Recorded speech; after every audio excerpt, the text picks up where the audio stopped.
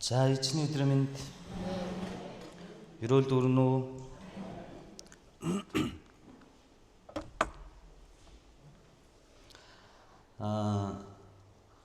Өнгөрсөн 7 хоног энэ зуны магадгүй хамгийн том энэ жилийн үйлчлэлийг хийлээ тийм. Бүгдээрээ хамтдаа залбирч хагаад ерөөс умандах, ерөөс умыг очоод ерөөгөө ирсэн тийм үү. Эзнес яагаад заавал гадаад багууд тийм ээ Монгол хүмүүдэд ирж багаар ирээд үйлчлээд тусалж явах хэрэгтэй гэж. Яагаад бид нар одоо тэр ивэлийг авсан бол цааш нь дамжуулж болохгүй гэж гисэн үг авснаар бид нар энэ үйлчлэлийг хийхээр шийдсэн тийм. Тэгээд хамтдаа Монгол сүм боломжтой ирээлээ Монгол сүмдээ очиж баг болж очиод үйлчлэгээд бид нар нийт хүүхдүүдтэйгээ нийлүүл бараг 40 хүн явсан уу тий 40 хүн 52 хүн л 52 хүнтэй баг ерөөс өмнө очиж үйлчилсэн байна. Маш их ивэл авсан. Яагаад маш их ивэл авсан гэдгийг би итгэлтэй хэлж байгаа гэхээр би огт үйлчлээгүй. Сүмийн ахлагч удирдагч нар пасторуудыг номлол үйлчлэл бүх юм аваарай гэд би нэг гал тоогоо хаваар нэг дороо мороо хөөргсөн маягаар байсан учраас нөгөө энгийн тэнд оролцож байгаа итгэгч нар шиг байсан учраас би маш сайн мэдж байгаа. Маш олон хэвэгц ялангуяа энэ жилийн хамгийн супер хүмүүс бол манай сүрийнхэн болж таарсан тийм үү. Үйлчлэл дээр тухайн орон нутгийн сүмийн пастор ч гэсэндээ хэлсэн тийм энэ өсвөрийн хүүхдүүд ямар мундаг юм бэ. Сайн дэвш өглөө надад сайн загнуулга гарсан болохоор сайн үйлчилсэн ч юм билүү. Яаж мэдтгүй. Ямар ч үсэн өсвөрийнхэн маань үнэхээр сайн үйлчилсэн. Хайртай шүү. Нэг алгаадас шүү гэлээ. Манай сүмийн чуулганы ирээдүй шүү дээ тийм үү. Бид нар чуулганыхаа ирээдүйд хөрөнгө оруулж байгаа гэсэн үг. Тийм учраас их сайхан байлаа. Онцгүй нүд маань байлаа. Одоо ч гэсэн нэг гүйцэд юм алж чаддгүй. Хотоос шил захиалсан. Шил маань нэрвэл арай дээслэх болов. Нүд маань одоо нэг бараг 7, 8, 9 хоног өвдөж байна. Өвдөхдөө бас давхар их юм ойлгуулж байна тийм үү. Өвчин гэдэг юм чи угаасаа. Хөөрхий тэр мөө басталмаа эзэн минь ээ Давидын хүү, Есүсийн хүү, Давидын хүү, Есүс намайг хараа оруулж өгөөч гэж гуйж исэн. Тэр хараагүй хүний зовлон хүүхдүүдээсээ болоод хараа нь муудаад хэвтэрт орсон тахилч тэргүүн тахилч Илиягийн зовлон Есүстэй уулзснаас хойш нүд нь өвддөг болоод насаараа эзний төлөө үйлчлэхдээ насаараа хүн хөлтлийн нүд нь өвдөх бүр өөрийнхөө сул дорой мэдэрч амьдэрсэн Илч Паулийн зовлон олон зүйл ойлгогдож мэдрэгдэж байна. Нэг ч удаа нүдтэй өвчнгүү нүдээр харж байгаад баярлалаа гэж залбирч үзээгүүдээ жоохон харамсдаг сэтгэл бас төрж байна. Бид нарын нүд гэдэг чинь чухал байдаг юм байна. Эх 7 хоногоос бид нар эргээд Йошуа ном руугаа орно. Зуны маань үйлчлэл өндөрлөө. Бид нар одоо Йошуа номынхаа бүлэг рүү орно. Гибеончууд тийм ээ. Гибеончууд Йошуаг болон Израильчуудыг хэрхэн хулигтаж хуурж байгаа тухай бид нар Йошуагийн 10 дугаар бүлэг рүү орно. Ингээ Библи судлаад таслахгүйгээр явбал бид нар хагас сайнны Библи судлаа, бүтэн сайнны цуврал номлоо дахиад таслахгүйгээр явбал одоо ойролцоогоо нэг 14-5 хичээлээр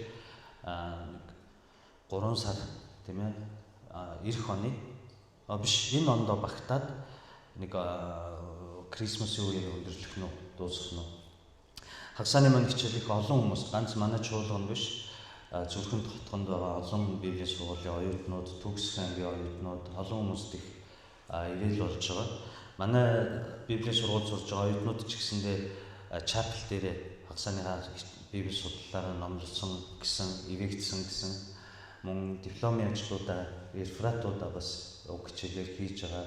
Trinity юу хэд хэдэн Библийн сургуулиуд бас бидний хагасны хичээлээр үзэж бас эвэгдэж байгаа. Тийм учраас энэ 7 хоног өнөөдөр би эх 7 хоногоос Йошуа ном руу орох учраас өнөөдөр шинэ гэрээнээс нэгэн чухал үйл явдал үг бэлдсэн. Маш богинохон байх болно, бас маш сонирхолтой байх болно. Та бүхний сайн мэддэг нэг үйл явдал гардаг. Есүсийг бид нэр Библиэд хэлэхдээ Тэнгэрээс бууж ирсэн талах гэж хэлдэг тийм. Тэгээ Тэнгэрээс бууж ирсэн талх нь хаана буусан бэ гэвэл Бэтлехэм хотод мэндэлдэг тийм үү. Крисмасаар бид нар од хараад ирсэн 3 зурхаач гэж ярьдаг шүү дээ. Бэтлехэм гэдэг нь Бет гэдэг нь гэр, Лехэм гэдэг нь талх гэсэн.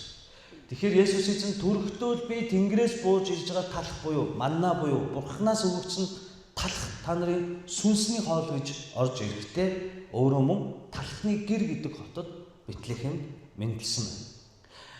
Гэхдээ энэний дараагаар Есүс Бэтлехемд төрсөн боловч тухайн үеийн Херодын алахыг хүсэж байгаа тэр аимшигтай байдлаас зугтаагаад Есүс хаана өсөж ториндог вүлээ? Назар хэмээх хотод өсөж ториндог. Назар бол маш нэр муутай. Дархнаар бол манай энэ толгой сохтуу толгой гэдэг дүүрэг шиг Израильд нэр муутай. Тийм учраас Назараас сайн юм гарна гэж хүмүүс их Есүсийг үгүйсгдэг байсан тухай бид мэднэ. Харин Есүсийн төрсөн нутаг нь Бэтлехэм боловч тэр Назарт тойронсон. Мөн 1-р Петр 2:7-оос 8 дээр биднэрт нэг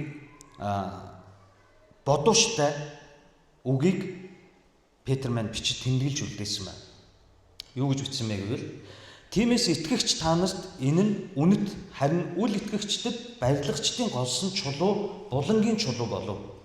Гэт бүдрүүлгийн чулуу тээглэх хад болсон юм гисэнчлэн болоо. Тэд үгэнд дуулуургүй байгаадгаас болж бүдэрдэг бөгөөд энэ нь тэдэнд таарсан аж. За Петр энд юу хэлж байна вэ гэвэл нөгөө Тэнгэрээс бууж ирсэн талх нь хоёр л ангилалтай гин. Нэгэнд нь юу гинөө? Итгэгч та нарт бол үнэт эрдэнэ.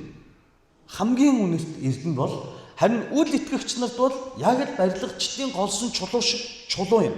Энэ барилгачдын голсон чулуу гэдгийг ямар учраас Петр хэлсэн бэ гэвэл тэр нь яадаг гэнэ? Үл итгэгч нар бүдрүүлгийн чулуу тээглэх хадан болдог гэж байна. Өөрөөр хэлбэл Есүсийг басамжлан доромжлогчдод энэ нь бүдрүүлэх чулуу тээглэх хадан болж байгааг Петр гайхуулж хэлж байна. Назарынх гэж гайхаад Назарынх гэж доош нь хийжсэн Назараас олигтой юм гарахгүй мужааны хүү гэж хэлжсэн хүмүүст энэ нь Есүс эзэн Тэнгэрээс бууж ирсэн энэ талх нь юу гэнэ? Бүдрүүлэх чулуу болж байна. Харин үгэнд итгэгч нар үгэнд дуулууртай хүмүүст энэ нь үнэт эрдэнэ бөгөөд үгэнд дуулуургүй байдгаас болоод энд чулуунд тэд нар бүдчихэн юм гэж. Үгэнд юунаас гинөө? Итгэгч биш гэдгээс гадна бас юунд гинөө? Үгэнд дуулуургүй гэдэг. Хэдий та итгэгч байсан ч үгэнд дуулуургүй бол мөн л энэ хадна, энэ талх нь, энэ Христэнд танд мөн бүдрүүлэх чулуу болно гэж. Тээглэх хад байх болно гэж. Энийг бид нар ялгаж салгаж ойлгох хэрэгтэй. Нөгөө төгөөр давхар бас юуг өгүүлж байгаа гэхээр нэг ийм үг байдаг тийм үү? Үнэн хүнийг шудраг зөв үнэн хүнийг уурлуулъя гэвэл тэр хүн худлаа ярина. Тэгвэл үнэн хүн яах вэ? Уурлал худлаа хэлж байгаа. Харин мунхаг хуурамч худал хүнийг уурлуулъя гэвэл түүнд юу хэлэхэд вэ? Үннийг хэл. Тэгвэл уурлал. Харин үнэн хүн яах нь вэ? Үннийг сонсоод баярлдаг бөгөөд худал бухимддаг байх. Харин худалч хуурмаг хүн хуурмаг юмд баярлдаг бөгөөд үннийг сонсохоос уурладаг байх. Энэ нь нөгөө энэ үгэнд дуулуургүй энэ ямар хүн энэ чулуунд бүдрэх юм бэ гэдгийг бид нарт ойлгуулж өгч болж байна. Өөрөөр хэлбэл Есүс Христээс болж бүдэрсэн хүмүүс юунд уурлсан гэвэл тэр үннийг хэлдэг учраас. Есүс хизээч дулдууддаг учраас, хоёр нүур гаргадаг учраас бүгдээрингийн хаан байна уу, зарц байна уу, эрэгтэй байна уу, эмэгтэй байна уу, пастор, ахлагч, махлагч хинч бай. Үннийг Есүс хэлдэг учраас үнэн хүмүүс энэ чулуунд үнэт эрдэнэт хайрладаг, харин худал хуурмаг хүмүүс үүнд бухимдаад Есүсийг тунхаглалаас болж бүдэрдэг. Энэ бүдрэлт нь Есүс эзнийг загалмаа дээр цовдолж алах хэмжээнд, басамдлан доромжлох хэмжээнд өгдөг. Энийг бид нар сайн бодож үзэх хэрэгтэй. Бидний өнөөдрийн үзэх зүйл бол Матай номны 14-р бүлгийн 1-ээс 12-ыг бүгдээрээ үзнэ. Би та бүхэнд уншиж өгье. Матай 14-ийн 1-ээс 12. Тэр үед захирагч Херод Есүсийн сургийг сонсов. Херод зарцснараа энэ бол баптизм баптист Иохан мөн тэр үхлээс амилжээ. Тиймээс түүний дотор ийм гайхамшигт хүчнүүд үйлчилж байна гэв. Учир нь Херод дүү Филиппийнхээ эхнэрийг Херодигаас болж Иоханыг бариулж шоронд хорьсон байлаа. Яагаад гэвэл Иохан Херодиаг та авах нь хууль бус юм гэж хэлсэн ажээ. Хэдийгээр тэр Иоханыг алах гэсэн боловч ард олноос айж байлаа. Учир нь тэд Иоханыг иш үзүүлэгч гэж үздэг байв. Харин Херодийн төрсөн өдрөөр Херодиагийн охин олны өмнө бүжгэлж Херодод таашаалджээ. Тиймээс Херод түүнд юу гуйсныг чинь өгье гэж андгайлан амлав. Охин ихэнхээ ятгалгаар баптист Иоханы толгойг тастаад царан дээр тавиад надад өгөөч гэжээ. Хэдийгээр хаан харуулсан боловч өгсөн андгаа болон зочдоосоо болоод түүнийг нь өгөхийг тушаав. Ингээд тэр хүн илгээж шоронд Иоханы толгойг авчээ. Толгойг нь охинд царан дээр авчирч өгсөн тэрээр ихтэй аваачив. Иоханы шавнаар ирж цогцсыг нь авч оршуулаад явж Есүст мэдэгдэжээ. За энэ түүхийг мэдчихэж байгаа юм байна. Энэ түүхийг мэдхийн тулд бид нэг хэд юмыг ойлгох хэрэгтэй гэсэн. За 14-ийн 1-р эшлэлээр юу гэж хэлж байгаа нь тэр үед гэж хэлж байгаа. Бид нар грек хэлж бай, еврей хэлж бай, үг болгон дээр тайлал хийж явахаар илүү их сүнслэг мессежүүдийг ойлгодог тийм. Өөрөөр хэлбэл энэ тэр үед гэж хэлж байгаа нь эннээс өмнө болсон ямар нэгэн түүхтэй холбоотой өөр нэгэн түүх эхэлж гин гэдгийг илэрхийлж байна. Хэрвээ бид нар Матай номны 11-ийн 25-ыг харах юм бол тэрэн дээр мөн ингэж эхэлж байгаа. Та бүхэн хардаа. 25. Тэр үед Есүс цааш нь хэлэхдээ аав таньд талархъя. Тэр үед гэж хэлж байгааз энэ юунаас болж эхэлж байгаа нь вэ? Өмнө нь болсон ямар нэгэн үйл явдал одоо цаг дээр дахин үргэлжилж байгаа гэдгийг хэлж өгч байгаа. Мөн 12-ийн 1 ч гэсэн эхлэхдээ тэр үед Есүс нэгэн амралтын өдөр. Өөрөөр хэлбэл өмнө нь болсон нэг үйлдэлээс улбаатай дахин нэгэн шин түүх эхэлж байгаа гэсэн. Ингээд өнөөдрийн 14-ийн 1-ээс мөн тэр үед гэдэг нь захирагч Херодтой холбоотой өмнө нь болсон нэг үйл явдалтай холбоотой шинэ үйл явдал эхэлж байгаа гэдгийг илтгэдэг. Нөгөөтэйгүр энэ захирагч Херод энийг их олон номлогч нар итгэгч нар андуураад байд. Херод хамгийн их сонссон хэсэг нь хаан Херодын тухай бид нар сонсдог үлээ. Есүсийг төрөхөд алахыг хүссэн Херод гэж бид нар мэддэг. Харин тэр Херод бол энэ Херод биш. Энэ одоо 14-р бүлэг дээр гарч байгаа захирагч Херод гэдэг бол Тетрааркес гэдэг нэрээр нэрлэгддэг. Өөрөөр хэлбэл Тетрааркес гэдэг нь Тетра гэдэг нь 4-ний 1, Аркес гэдэг нь захирагч гэсэн үг байна. Өөрөөр хэлбэл 4-ний 1-ийн захирагч гэсэн утгатай. Өөрөөр хэлбэл тус хаанчлалыг 4 хуваадаг байна.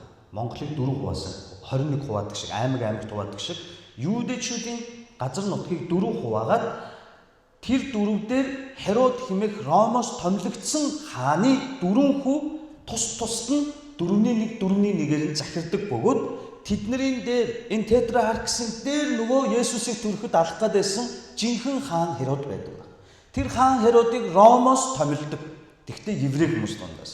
Ромоос тэр Херодыг томилохоор тэр Херод 4 хүүдээ газар нутгийг 4 хуваагаад аймгийн захирагч шиг 4 захирагч тавиад энэ 4-өөсөө татвар аваад өөрөө дээр нь хаан суудаг. Ойлгож байна. Тэгэхээр одоо ярьж байгаа энэ Херод бол Тетрааркес буюу 4-ний 1-ийн захирагч. Нийт Юудэ нутгийн 4-ний 1-ийн захирагч гэсэн үг. 4 хуваан удиржсэн гэсэн үг. Гэхдээ энэ 4-ний 1-ийн захирагчдын хооронд Антиба Херод, Филипп Херод хэмээх ах トゥ хоёрын хоорондох асуудал өнөөдөр бид нарт уншигдж байгаа.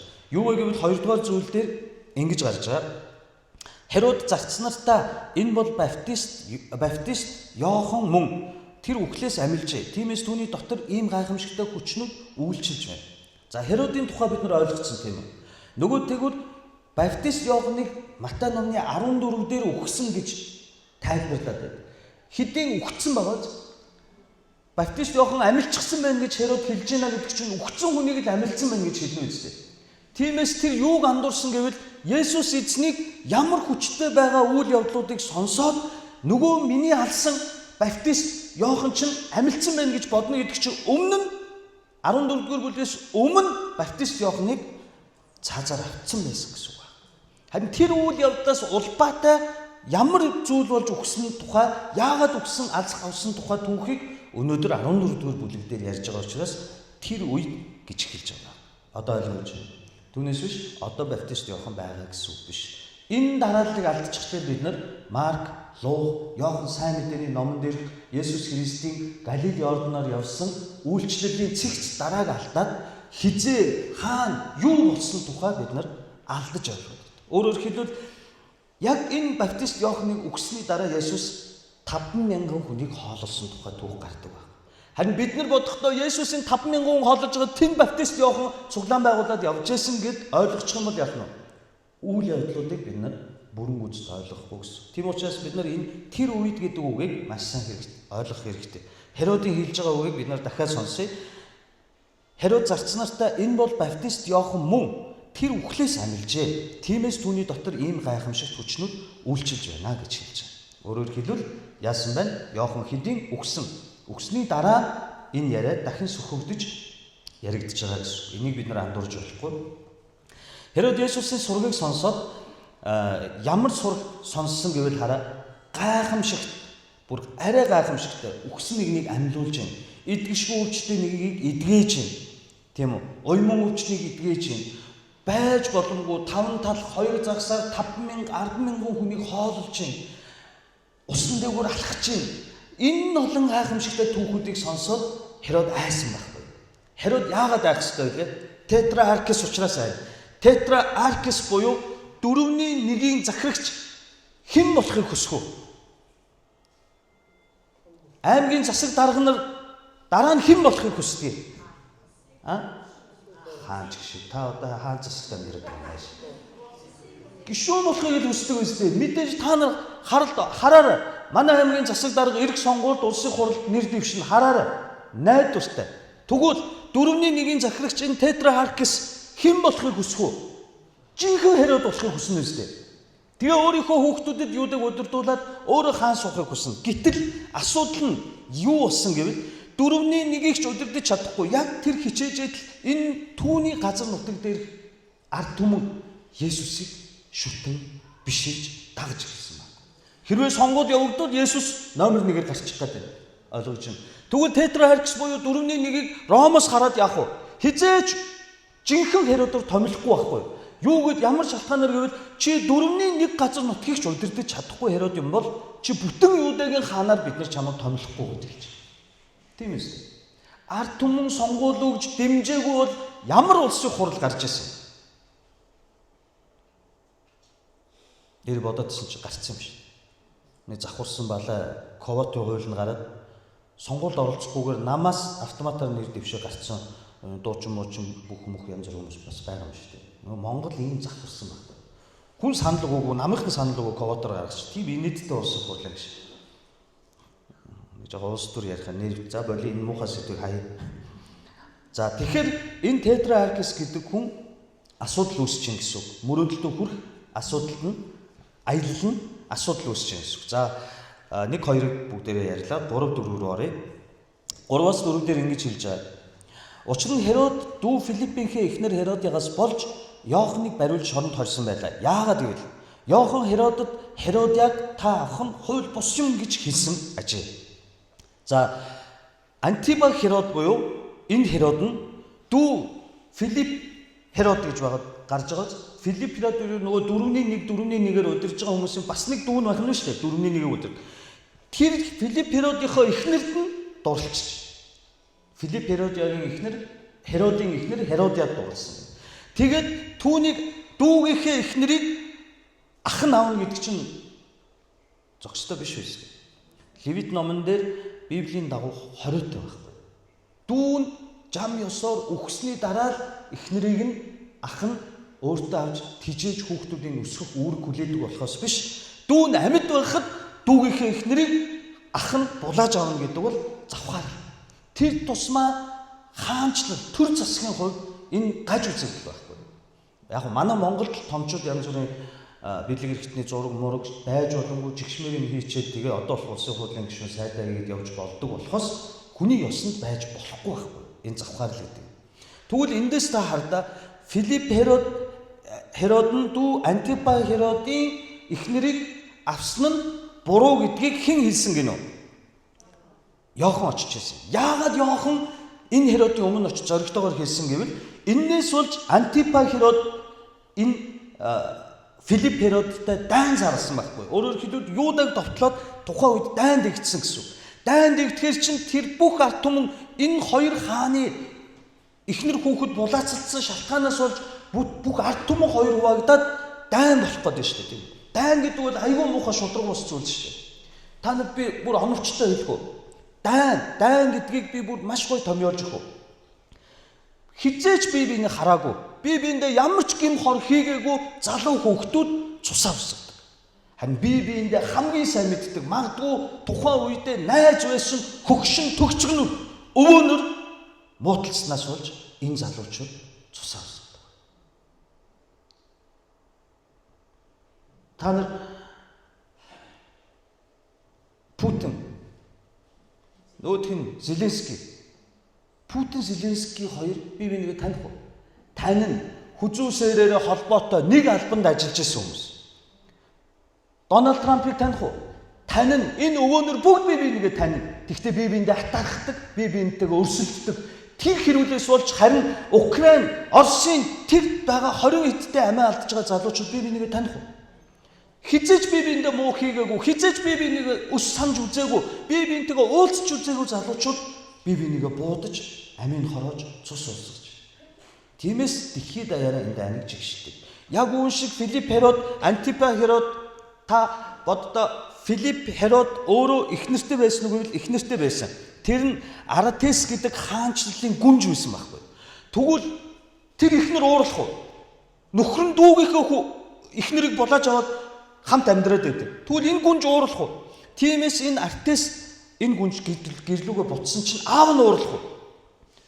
Мянган Херод байсан ч миний охин аваад ихнэр нь байтал миний охиныг үл тоогоод бүр завхарсан дүүгийнхээ ихнэрийг аваад сууж байгаа энэ Херодтой дайн зарласан. Ингээ иргэний дайн хоёр улсын хооронд Юда Артакес хоёрын хоорондох дайн үүссэн учраас энийг зогсоохын тулд Бурхны хүн Баптист Йохан Антипа Херодын өмнө очиод юу гэж хэлсэн гэвэл чи буруу хийж байна. Чи нэгдүгээр Бурхны үгийг зөрчиж байна. Яг гэвэл чи еврейд, юудэд байж болохгүй бузрыг хийж байна. Дүү чинь амьд ахгүй байхад чи ихнэрийг булааж авч байна. Хорлож байна. Нөгөө төгөр Библийн үгийн дагуу бузар булаа. Дээр нь ард түмний хувьд чи жигшил зүйцлийн төрүүлж байна. Дээр нэмээ чи хоёр чиний энэ ор хүнжлийн асуудлаас болж Аратас хааны хаанчлалаас Юдатай дайн зарлаа. Тэгээд Аратас Херод хоёр хоорондоо ирэнгэн дээр гараад зодтолчул болж штэ. Гэтэл энэ хоёроос болж уулан гэмгүй ард түмэн цус уусан. Учиртай гурван толгой үйдэг шиг Аратас энэ Херодия гэмээр гурван нөхрөөс болж хоёр улсад олон залуучууд нас. Уулан дайн шудраг бай гэвэл Путин Зеленский хоёрыг рингэн дээр гаргаад цааталт нь Украинчууд цугаад наадалт нь Оросууд цугаад зодтолдуулчмаар байна. Тийм үстэй. Дийлсэн дийлээ. Хэн муудалцаад байгаа юм? Бид нар муудалцсан юм. Та хоёр муудалцаа үстэй. Та хоёр муудалцсан бол хоорондоо төвчрөө олно үстэй гэж зодтолдуулчмаар. Данч тэгин гэж байхгүй л бахал да. Гэхдээ л дайн гэдэг нь ийм учраас Бурхны хүн Херодын өмнө зориглож очиод юу гэж хэлсэн вэ? Та буруу гэж. Үүнээс өмнө нэг Бурхны хүн бас хааны өмнө зориглож очиод цаазаар ахуулахаар хинжээ зоригтой хилдэг гэхдээ өрөөгддөг. Хэн блэ? Давид хааны өмнө Натан гарч очдог.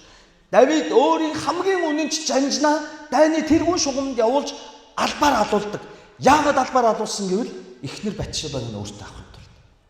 Энийг хийчихэд хэн ч мдэггүйгээд эхнэр Батшебатай завхарж байгаа Давид дээр хэн ирдэг вэ гэвэл Натан гэж. Тэгэд хилдэг, зэмлдэг. Харин Давид хаан Херод шиг зан гаргаагүй гимшээ уучлалгүйж мацаг байна залбирдаг. Харин Херод яасан юм? Ингэж бурууг нь хийсний төлөө Йоханы толгойг арай аваагүй гэхдээ шоронд хийсэн. Яг гэвэл өөр хүмүүс Йохантай ижил санаатай болоод ирвэл өөрөө бүр буруутаад магадгүй бүр 4-1 Херод ч биш болох аюултай учраас шоронд тосцсон. Ойлгож байна та нар? Ингэж ойлгуулж яхад сонирхолтой байна уу дэмий юм? За 5-7 бүгдээрээ үзье. Хэдийгээр тэр Йоханыг алах гэсэн боловч ард олноос айж байлаа. Учир нь тэд Йоханыг иш үзүүлэгч гэж үздэг байв. Харин Херодын төрсөн өдрөөр Херодиагийн охин олонний өмнө бүжгэлж Херодод таашаагдчихэ. Тиймээс түүнд юу гуйсныг чинь өгье гэж андгаалan амлав. За юу болсон гэнэ үү? Түүнийг шоронд хийсэн боловч цаазаар авахаас айсан. Яагаад гэвэл нэгдүгээр үннийг хийсэн. Хуурамч хүн яадаг гэлээ? Үннээс айдаг. Тийм учраас үннийг хийсэн. Хоёрдугаар ард түмэн бүгд үннийг мэдэх юм бол яг л баптист Иохан шиг ижил санаатай босч байна. Тийм учраас түүнийг алахгүйгээр зүгээр хоригдсан байхгүй. Гэхдээ энд нэг асуудал үүсэж байгаа нь Херодиагийн охины бүжиглсэн тухай гарч байна. Тийм үү? Тэр охины бүжиглсэн чинь хаан яасан гинэ үү? Таашаагдчихэ. Энэ ямар бүжиг байх вэ? Монгол үндэсний хувцастай бүжиг байх вэ? Хагас шатдан тэр үеийн хаадууд, ноёдууд, томчуудыг баясгахын тулд өнөөгийн бидний нэрлэгээр стрепсид гэж байгаа. Урлаг гэдэг зүйл зөв тийшээ хөдлөхгүй бол буруутдаг. Магдалины багийнхан маань одоо нэг хамтлаг гэж ярьж байгаа. Магдалины хамтлаг маш сайн сүнсээр бэлтгэгдэх хэрэгтэй. Хэрвээ та нар буруу сүнсээр ирэх юм бол энэ тайз хүндэтгэл Магдалины өндөрлөг биш, тоглолтын тайз болоод үүсч байна. Энд сууж байгаа хүмүүс та нарыг дагаж Бурхныг магтах биш, та нарт алга ташдаг үзэгчд болоод хуурчин. Тэгвэл энэ сүм чинь сүм биш, театр, кино театр, жүжигчин болоод хуурч байна. Тийм учраас бид нар Магдал хүндэтгэл маш нэхүү сүнсээр хандах хэрэгтэй. Энэ охины энэ бузар бүжиг ямар бузар хүчээр сарж байгаа нэвэл Бурхны хүүхдийн амьд төрж. 8-9-ийг уншия. Охин ихийнхээ ятгалгаар баптист Иоханы толгойг царан дээр тавиад надад өгөөч гэж хэдийгээр хаан харуулсан боловч өгсөн андгаа болон зочдоосоо болоод түүнийг нөгөхийг тушаа. За хаа яасан гинөө? Төсөөлөөгүй юм гуйцсан. Гэхдээ урдчлаад амд хангараг өгсөн. Амлцсан учраас мөн илсэн зочид гэж хэлж байгаас хааны өргөөнд хамт цоог барьж найрлж сингэж байгаа зочид над шиг нэг жижигхэн пастор байх. Улс төрч, захирагч, удирдагч нар, нөлөө бүхий баячуу. Одоо тэр нөгөө Starlink-ийн Elon Musk гэднэр шиг ийм хүмүүсийн нүдэн дээр хаан тэр сексийн сэдвтэй бүжгийг үзээд таашаацсан багтав. Тэгээд амлцсан. Тэгсэн чинь өөрийнх нь хүсээгүй, төсөөлөөгүй юмыг гуйцсан.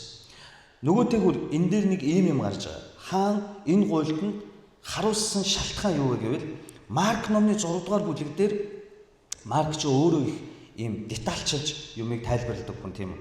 Марк номны 6 дугаар бүлгийн 18-аас 20 дээр энэ тухай ингэж Марк тэмдэглэж үлдээсэн байна. Учир нь Иохан Херодод та дүүгийнхээ эхнэрийг авах нь хууль бус гэж хэлсэн ажээ. Херодиа түүнд хорсож түүнийг алахыг санаагсан авч чадсангүй. Учир нь Херод Иоханоос айдаг байсан бөгөөд түүнийг зөвхт ариун хүн гэдгийг мэдж Иоханыг хамгаалдаг байв. Херод Иоханыг сонсохдоо их твддэгч дуртаяа сонсдог байлаа. Ойлгож байна. Херод яадаг байсан гинэ? Иоханыг зөвхт нэгэн гэдгийг сэтгэлдээ мэддэг хүн байсан уу? Өөрийнхөө буруу юм хийж байгаагаа мэддэг хүн байсан байна. Мэддэг байсан багаж тийм учраас зөв ариун гэдгийг мэддэг учраас Иоханыг яадаг байсан гинэ? Хамгаалдаг байсан гэж байгаа. Учир нь Херод түүний зөвхт ариун хүн гэдгийг мэдж Иоханыг хамгаалдаг байсан гэж байгаа. Харин Херод Иоханыг сонсохдоо яадаг байсан гинэ? Твддэгч дуртаяа сонсдог. Яагаад твддэх вүлээ? Үннийг хэлж байгаа учраас. Түс тасгалдаг учраас. Долгиндгүй учраас. Хоёр нүргүй учраас. Үннийг хэлдэг учраас твддэгч дуртаяа сонсдог. Сонсож өгдөг. Бас зөв гэдгийг мэддэг. Ариун гэдгийг мэддэг. Тийм учраас хамгаалдаг. Танаас юм бодож байна. Юу вэ гэхээр та нар Бурхны үгийг сонсдог. Бурхны үгийг сонсоод ээгддэг. Зөв гэдгийг мэддэг. Энэ үгийн дагуу амьдрах ёстой гэж мэддэг, боддог, хүлээн зөвшөөрдөг. Гэхдээ тэр үгийг бариад орчдөг. Энэ Херодын тухай гараад. Херодын энэ дүр төрхөөр Библи өнөөдөр та бидэнд хандаж хэлж байна. Херод зөв гэдгийг мэдсэн. Ариун гэдгийг мэдсэн. Иохны Баптист Иохныг үннийг хэлдэг гэдгийг бүр тэгдэн байж мэддэг байсан. Тэгээ сонсдог байсан. Тэгтээ шоронд хорцсон уу? Яг таныг хэлж байгаа. Та сонсдог, би сонсдог, зөв гэдгийг мэддэг, нэрээ тийм шүү гэж боддог ч сүмийн үүдээр гараад мартдаг тэр хүнийг Херодор дүүрлэж хэлээд. Цаг барих ёстой гэдгийг мэддэг. Хинч цаг барьж яадгийг гэдэггүй. Хинч бүтэн сайн өдөр эзний өдрөө сахих ёстой. Ариун байх ёстой. Амен уу? Би зөв ярьж байна уу? Зөв. Тэгтээ хинч энийг дагдаггүй, хорчдөг. Толгойд өгөхөөс цааш. Завхаарж болохгүй, архиуж болохгүй, худлаа ярьж болохгүй, хулгай ярьж болохгүй, бусдыг садар самуунуудаар харж болохгүй, эзний өдрийг тасалж болохгүй, ариун өдрийг ариунаар сахих ёстой. Цагийг баримтлах ёстой. Бурхны хүн хэлсэн үг амлалтандаа хүрэх ёстой. Зөв үү? Миний хэлж байгааг буруу гэж юм байна уу? Зөв үү? Зоригтой хэлчих зөв юм уу? Тэгээд яагаад хийдэггүй гэж та Херод байхгүй. Та энэ үгийг зөв ариун тэгдэж сонсдог атлаа, дуртаяа сонсдог атлаа шоронд хорж байгаа Херодын дүр төрхийг хэлээд. Ганц та биш. Би ч ялгаагүй. Ууралж болохгүй. Уураа гаргахдаа зөв зохистой гаргаж чадахгүй бол эзний өмнө очиж залбирах ёстой. Ингэж болохгүй. Тэгж болохгүй мэдсээр байжж нэрээ тийш үү? Ямар гоё үг вэ? Нэрээ үнэн үг шүү. Нэрээ тийм шүү. Сүмийн үүдээр гарлаа, машин барьлаа, нэг машин шахлаа. Өө муу хар. Алраач тонэрээ. Энэ Херодын дүр төрх ба. Бурхан эзний өдрийг ариунаар сахих гэж 40 удаа шинэ хуучин гэрээнд 40 удаа тушаасан байна. Болж өгвөл завтай үедээ болж өгвөл сүмд ирж яхахыг бодоорой гээгүй сах ариунаар сах гэж 40 гаруй удаа тушаасан байна. Та санаа нэг байна. Тэгтээ пялдаг. Өөрсдийн амьдрал дах бусад зүйлийг сүм ариун өдрөөс өмнө тавьж. Тэрийг амжуулчаад тэгээд дараа нь болоо гэж байгаа Херодын дүр төрх. Тэр сонсдог, тэр зөв гэдгийг мэддэг, ариун гэдгийг мэддэг, үнэн гэдгийг мэддэг, дуртаяа тэгдэг, сандран байж сонсдог. Гэхдээ Иохныг шоронд хийсэн. Яг энэ үгэнд хандж байгаа бидний хандлага зөв, ариун, ивэлтэй гэж мэддэг, алгаа ташдаг, уйлдаг, гимшдэг. Гэхдээ сүмээс гарангуутаа тэр үгийг хэрэгжүүлэхгүйгээр зүрхэндээ шоронд хийчихдэг. Энэ дүр төрхийг харж. Тийм атлаа хэрэгжүүлэх нь зөв гэж боддог. Сүмээс гараад орчихд. Херодын энэ дүр төрхөөс Нямка гэдэг пастор өөрийнхөө дүр төрхийг олох хэрэгтэй. Үнэн сонсох бүртээ толгойд өгч хүлээд автагч гараал өөрийнхөө амьдэрдэг миний дүр төрхийг Библи хэлж өгч. 9-р зүйл дээр хэдийгээр хаан харуулсан боловч өгсөн андгаа болон зочдоосоо болоод түүнийг нь өгөхийг тушаа. Түүнийг нь гэдэг нь юу вэ? Баптист Иохны толгойг тастаад царан дээр тавиад өгөхийг тушааж. Хаан хэдий харуулсан ч яасан гинэ? Зөвшөөрсөн. Энэ нь яг л та бид нартай ижил хинээс болоод юу тэнд байжсан, сууж байсан зочдоосоо болоод харуулсан боловч тэнд байсан алдартнууд, төрийн албан тушаалтнууд, тэнд байсан хүмүүсээс ичээд бантаад гэхүү зөвшөөрчих. Өөрийн гэсэн итгэлгүй, гим нүглээ далдлан нуудаг, зөв биш зүйлд артдаг, үргэлж бусдыг харж тэдэнд хүмүүст таалагдах гэж амьдэрдэг, хүмүүсээр хүлээн зөвшөөрөгдөх гэж хичээж амьдэрдэг, өөрийнхөө талаарх өөрийн бодлыг биш, Бурхны бодлыг биш, өөрийнхөө талаарх бусдын бодлыг нэг тавьж амьдэрдэг Нямкагийн дүр төрхийг Херод илчилж өгч байна. Уул нь Херод дотроо яасан бэ? Яасан бэ? Харамссан байна. Харамссан. Гэхдээ уул нь яасан бэ? Эсрэг хийж байгаа ч энэ нь миний дүр төрхийг хэлж өгч байна. Би болохгүй харамсах атлаа амьдрал дээр бусдаас болоод бусдын бодлод алтаа. Бусад хүмүүс намайг юу гэж бодох бол? Бусад хүмүүс миний тухай юу гэж ярьдаг бол? ийм бодолд автсан увайгүй Нямкагийн дүр төрхийг харуулж байгаа. Ийм бодолтой учраас үннийг хэлж чаддгүй Нямкагийн дүр төрхийг харуулж байгаа. Гомдчиж магадгүй, тэгчиж магадгүй, бусдад таалагддаг үг хэлдэг, бусдад үннийг хэлхээс айдаг, хоёр нүүр гаргаж долгондог, буруу зууд хийсээр байгааг нь мэдсээр зэмлдэггүй. Давкагч намайг загнуул гомдчихно. Айтах энэ нь олоод дундч юм байна. Ийм бодолтой хүнийг харуулж байгаа. Яагаад тэр Иоханыг үнэн зөв ариун гэдгийг мэддэг. Тэр Иоханыг тэгдэн байж дуртайгаа сонсож толгой тогтдог атлаа толгойг нь тастаа царан дээр хүнд бэлгэлэхдээ бандсан да. Ичсэндээ бусдын бодлоос бол бусад хүмүүс намайг юу гэж боддог вэ? Бусад хүмүүс намайг хүндлээсэ, бусад хүмүүс намайг хайрлаасаа, бүгдээрээ намайг сайн пастор, бүгдээрээ намайг мундаг пастор гэж хэлээсэй гэж бодоод үннийг төс тас хэлдэггүй тэр Нямкагийн дүр төрхийг Бурхан хэлж өгч байна. Харин Бурханд юу чухал байсан гэвэл, Баптист Иоханд юу чухал байсан гэвэл, үнэн, ариун, зөв гурав чухал байсан.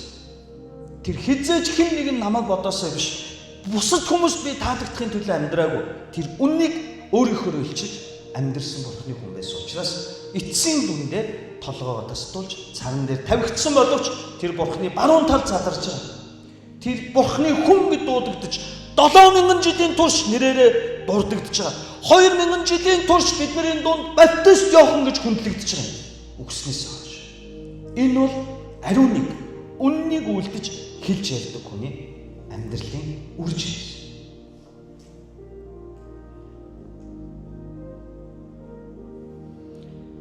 Тиймээс би та бүхний бусдын бодлыг биш, Бурханы бодлыг харж түүнд ач холбогдол гэж амьдардаг хүмүүс байгаасаа гэж Есүсийн нэрээр өрөөж. Бид нар протестантууд шүү дээ. Протестант юу гэсэн үг юм? Эсэргүүцэгч нар шүү. Энэ ариун нэрийг та өргөддөг үү, унагадаг уу? Протестант ч байна. Протестант 10,000 хүн yes тийм ээ гэж хэлсэн ч буруу бол ганцаараа ч байсан no гэж зогсдог хүнийг хэлж байгаа. Бид нар ийм хүмүүс байна. Бид нар өнөөгийн протестантууд юм бол ингэж амьдрах ёстой байна. Тэд нар буруу бол буруу. 10,000 хүн зөв гэж дагаж мөрдөжсэн ч миний хувьд эзний үгийн дагуу биш, буруу бол би ганцаараа ч байсан no гэж зогсож чаддаг хүнийг хэлж байгаа. Энэ ариун нэрийг та өргөж явдаг уу? Унгаж явдаг.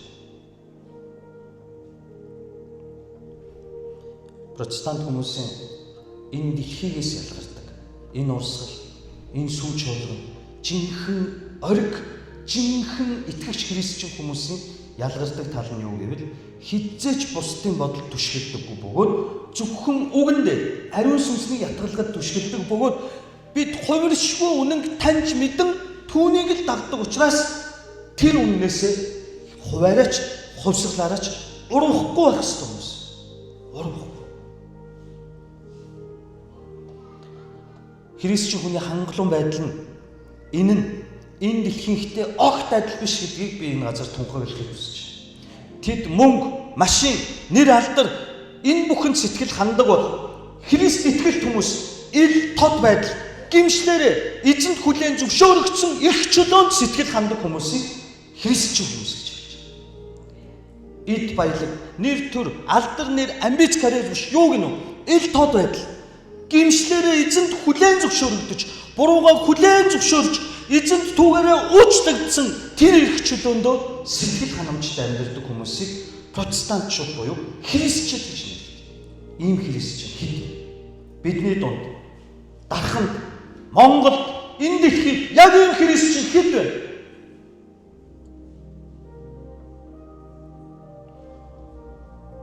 Хүмүүсийн хувьд ч ялгаагүй бүгд л ингэж байгаа чи одоо ганцаараа зөрүүдлээд зүтгээд байгаа олонхоо л дагалдаа нийгэмтэйгээ хамт байлдаа нийтдээ хамт байлдаа нийгэм өөрийн бүх юм нь арын хаалга, өврийн хаалга, хөрөнгө, мөнгө, санхүү, нэр, амбиц, карьер түшгэлдэг бол христчид үнэн, зөв, ариун байвал сэтгэл хандаг бөгөөд тэд нар үүн дээр үл хөдлөх ганхашгүй үннийг дагдаг цорын ганц сэтгэлтэй байдаг. 2 3 4 биш, цорын ганц. Марк номны түрүү бидний уншсан 6 дугаар бүлэг дээр Марк мөн 21-с 26 дээр нэг зүйлийг онцолж тэмдэглэсэн байна. Тохиромжтой өдөр ирж Херод төрсөн өдрөө тохиолдуулан ихэс дээдс мянгатын дарга нар бас Галилийн тэргүү нарт зориулж жоог барьжээ. Тийм байгааз томчууд байсан байгааз Херодиагийн охин ирж бүжиглв. Херод болон тэнд байгс тэд ихэд таашаагджээ. Хаан охинд чи юу хүснэ гуй, би чамд түүнийг өгье, чин өгье гэв. Тэрээр охинд ам гарч. Чи надаас юу хүснэ? Би түүнийг чин хаанчлалынхаа хагасгч байсан чамд өгнө гэв. Охин гарч ихээсээ би юу гуйхаа гэж асууад ихэн баптист Иохны толгой гэжээ. Охин тэр даруй хааны өмнө ирж яг одоо баптист Иохны толгойг сарн дээр тавиад надад өгөхийг би танаас хүсэж байна гэж хэлв. Хаан ихэд харуулсан боловч өгсөн хандгай ба зочдоосоо болоод охин татгалзахыг хүссэнгүй. Яасан гинэ? Өгсөн хандгай тангаргаасаа болоод татгалзахыг хүсэв. Жандаа манай залуучууд надаас тэгдэг. Пастора та заагийн шилнэ гэдээ амлчих гэ. Ялангуяа эсвгэн би хизээч амлдгүй тийм үгүй ээ эхлээ сонсно. Амлах юм бол ийм аюултай байна. Бурхны хүмүүс нэг амнаасаа амлж гарсан л бол заавал тэрэндээ хүрэх ёстой байхгүй юу? Үүрэгтэй байхгүй. Гэтэл бид нар яадаг вэ?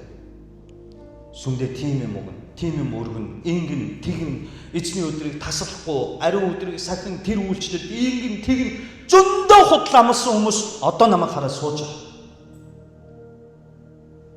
Бурхан харж байгаа. Тэр мэдж байгаа. Би ч зарим нэг нь мартаагүй.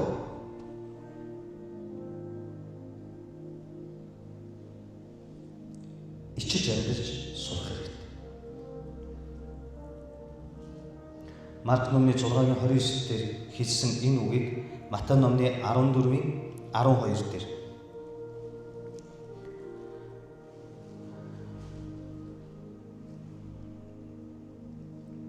Иохны шавнар ирж цогцыг нь авч оршуулад явж Есүс мэдэгдлээ. Марк номны 29 дээр Иохны шавнар түүний цогцыг авч хатанд аваачин оршуулв гэж.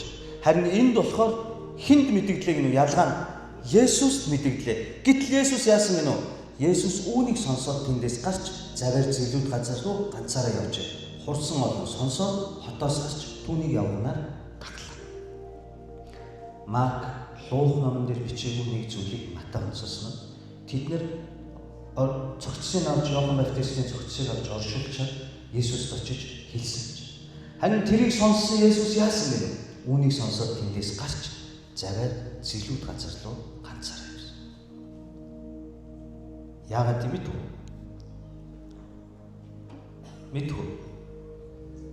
Ийм зүйлтнийг ганцаардгийг Есүс мэдв.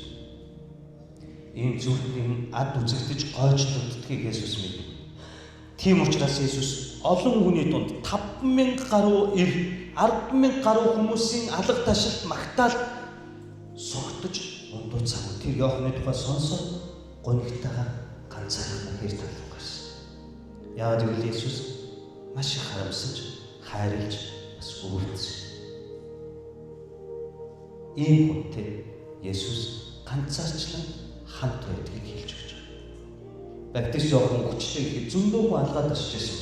Зарим нь ойлгоочгүй бол, зарим нь бүр тоогоочгүй бол Есүс гониглаад бүх хүмүүсээс салаад ганцаархнаа хэр талд очиж байна. Яагаад гэвэл ийм хүмүүс жонжиг ямаа шиг ганцаардаж харагддагч Есүс тэднийтэй хамт байдаг. Тэдэнд энэ дэлхийг ойлгохгүй, нүд үзэдгүй, чих сонсоогүй тэр амар тайван ивэлэр өлөнд амьдралд нь өгөгдсөн.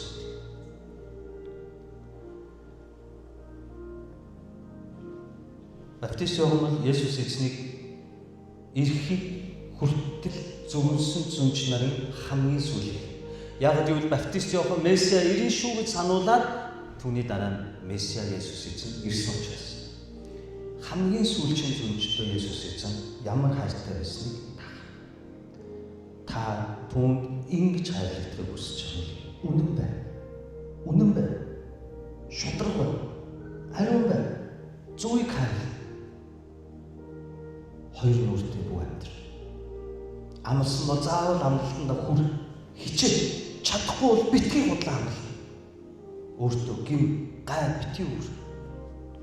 толгойд өгч үнэхээр зөв шүү гэж бодсон бол тэр зөв үгийг дааж амьдрах, хичээж амьдрах. 21-р зуун AI хөгжиж байна, интернет хөгжиж байна. Бүх газар сайн мэдээ тарж байна, тийм үү? Бас муу мэдээ тарж байна. Энэ 21-р зуунд хамгийн аюултай нэг өвчин байна.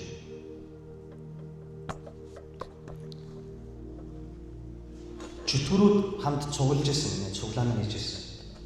Чөтгөрүүд ч гэсэн цуглаа шүү дээ. Та нар мэднэ үү? Тэд нар ч гэсэн цуглаана хийдэг. Чөтгөрүүд цуглаж байгаа яаж Христ итгэгч нарыг, яаж сэргэн мандалчуудыг, яаж 21-р зууны баптист Иоханнуудыг төрүүлэхгүй байх вэ? Яаж унгаах вэ гэж чөтгөрүүд хуралдаж, янз бүрийн санаа хэлж, эхлээд мөнгө, эхлээд ажил, тэднийг янз бүрээр хэлсэн чинь бүгд дэмжигдэхгүй байсан чинь нэг жижигхэн чөтгөр байсан. Тэр жижигхэн чөтгөр юу гэж хэлсэн гэвэл тэднэрт дараа гэдэг зүйлийг зааж байна. Дараа. Тэгсэн чинь бүх чөтгөрүүд хурлаараа синагогороо тгий. Наа жижигхэн чөтгөрийн чи үг хамгийн боломжтой байна гэд дэлхийд даяар тараад Христ итгэгч хүн бүрийн чихэнд юу гэж хэлсэн гэвэл дараа болоо. Дараа болъё гэж хэлсэн. Тийм учраас та бид нар Библийг унших гээд барингуудаа за дараа болъё. Залбирх гэснээр за дараа болъё. Сүмдээ явъя за дараа болъё. Үйлчлэх гэснээр за дараагийнхт нь үйлчлэе. Энэ өвчин 21-р зуунд Христ итгэгч нарыг тархаж байна. Юм амлчаад амлалтаа биелүүлэх гэснээр за дараа болъё.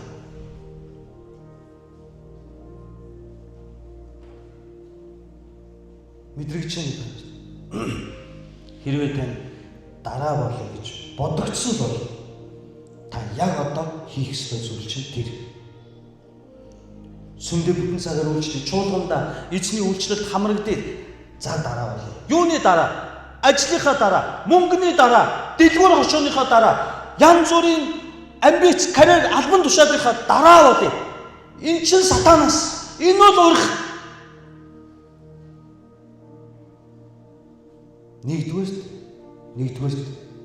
Нэгдүгээрт хэн байх ёстой юм? Бидний амьдралд нэгдүгээрт хэн байх ёстой юм? Хэн байх ёстой юм? Юу байх ёстой юм? Юу гэдэг чи материалын зүйл хэлж чинь юу байх ёстой юм нэгдүгээрт? Библи Бурхны үг.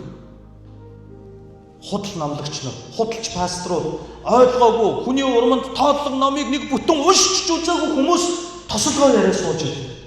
Ингэж болохгүй. Бид нар цус, хөлс, нулимс биенийхээ 3 эсийг энэ номтой хутгаж, амталж, шимтэлж үннийг ярих ёстой. Үүрэгтэй болсон. Дахиад асуу. Нэгдүгээр хэн байх ёстой гэнэ? Би хэлж байгаа учраас тэгж хэлээгүй үстэй та нар. Таны амьдралд үнэхээр нэгдүгээрт хэн байх ёстой гэнэ? Хоёрдугаарт нь юу байх ёстой гэнэ? Библи. Бүгд хүлээн зөвшөөрж байна. Бүгд толгой тогтож байна. Яагаад байлгадаггүй юм тэгвэл? Херод шүү учраас. Үнэн зөв. Тэгтээ үгийг бариад харьцдаг учраас.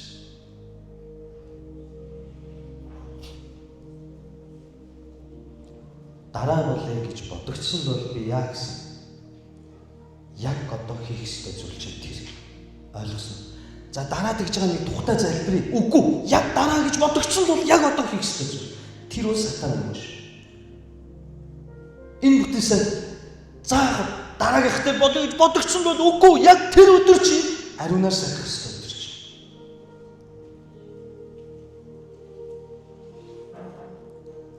Пастор жоохон ширүүн ярьсан чинь гомдоог үзсэн. Твдэж байна. Твдэж байгаа. Тэгтээ дуртайгаа сонсож байгаа. Херод усаа тэгдэг баг. Иохны яриа зөв ариуныг мэддэг. Твдэн мөртөөрөө дуртайгаа сонсдог тэр Херод Иохныг үннийг, ариуныг шоронд хийсэн шиг. Та үннийг, ариуныг мэддэг байж, мэдсээр байж зүрх сэтгэлээгээ шоронд бүхий чөлөөлөх хэмээн эзний нэрээр юрөөж байна. Амен. Үгийг амьдрал дээрээ чөлөөл. хажуудынхаа хүмүүст хэлэх үү? Үгийг амьдрал дээрээ чөлөөл. Зүрхэнд хүгээ амьдрал дээрээ чөлөөл. Шоронгоос нь гарга. Тэгээс амен. Санал нэг байгаа хүмүүс бол гараа өргөж харъя. Бүгд гараа өргөж байна. Та нар бол 21-р зууны баптист Иоханнууд юм шиг. Та бид нар өнөөдрийн баптист Иоханнууд байна. Өнөөдрийн Христийн дагалдагч байна. Өнөөдрийн иш үзүүлэгч баптист Иоханнууд бол та бид нар байсан. Та бид нарыг ингэж өрөөсөн эзэндээ хамтдаа талархан залбирцгаая. Мөн энэ ариун өдөр дахин таныг өрөөж, эзний нэрээр өрөөж, та бол 21-р зууны баптист Иохан юм аа. Таны өмнө эзэн алхах бол хэмээн хайртай эзэн Есүсийн нэрээр өрөөж байна. Бүгдээ хамтдаа залбирэн болцгоё.